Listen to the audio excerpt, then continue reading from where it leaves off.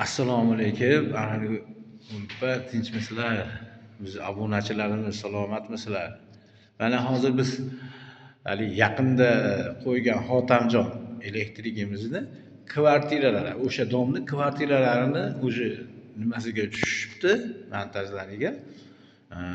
Shuni endi ozmos obzorini qilib bersak. Bu hozir bu uyimiz xonamiz. Bu xonamiz mehmonxona hisoblanadi. Tepada ikki qator kulchatriga qo'yilyapti. Bundan mana qilib ketilyapti. Buni rozetkasi alohida avtomat bo'lyapti, kulchatrdiki alohida bo'lyapti mana. Rozetka mana bundan kelyapti. Bez korobkasida ishlashyapti ekan, chiroyligina qilib.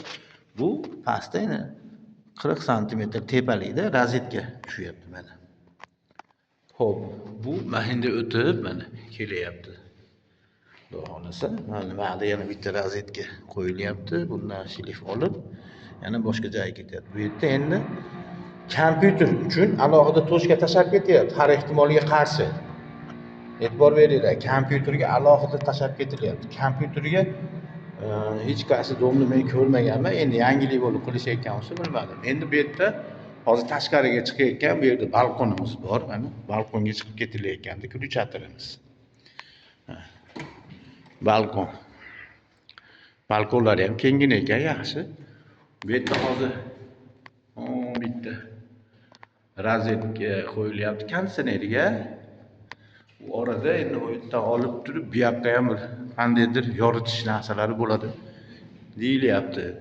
E'tibor bersanglar, konditsionerga ham, konditsionerimizga avtomatdan alohida tochka, avtomatdan shitdan alohida avtomat berilyapti ekan.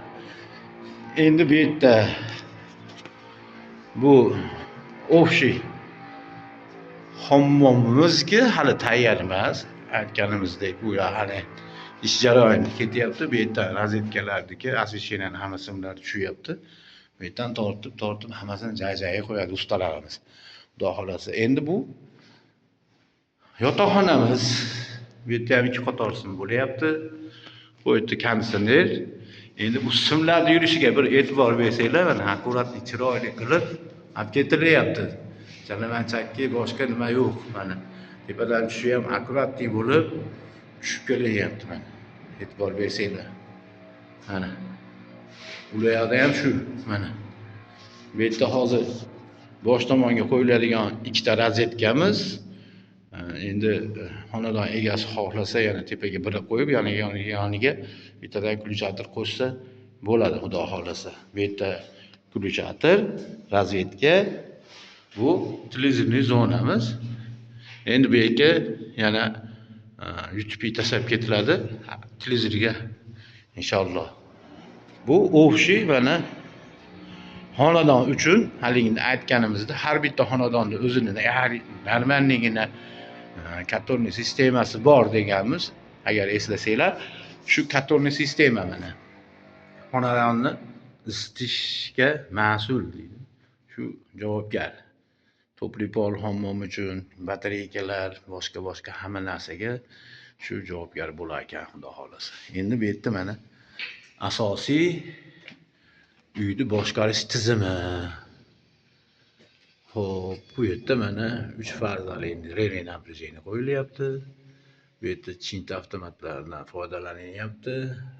3 fazali, bitta 3 fazali hammomni o'ziga alohida kirib ketilyapti. Bu xonalar uchun alohida berilgan avtomatlar. Bu ikkitasi, bu 3 talikimiz hammomga alohida beriladigan ekan. Bular hammasi mana 16 amperdan qo'yilyapti. Mana e'tibor beringlar, 16 amper.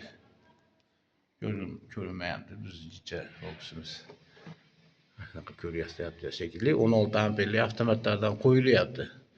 Sababi 16 amper yetadi bitta xona uchun, bitta rozetka, bitta xona uchun, bitta kulchatriga qo'yilyapti. Shuni e'tiborga olamiz. Inshaalloh mana relay напряжениemiz necha amperligini ko'ra olmayapmiz. 63 amper ekan. 63 amper. Bu yerda yana 63 50 amper. 50 amperligida ikkita 3 pillarimiz turibdi. Bizda hozircha shular. Bizni kuzatishda davom etib, like, podpiska bosishni unutmaysizlar degan umiddamiz.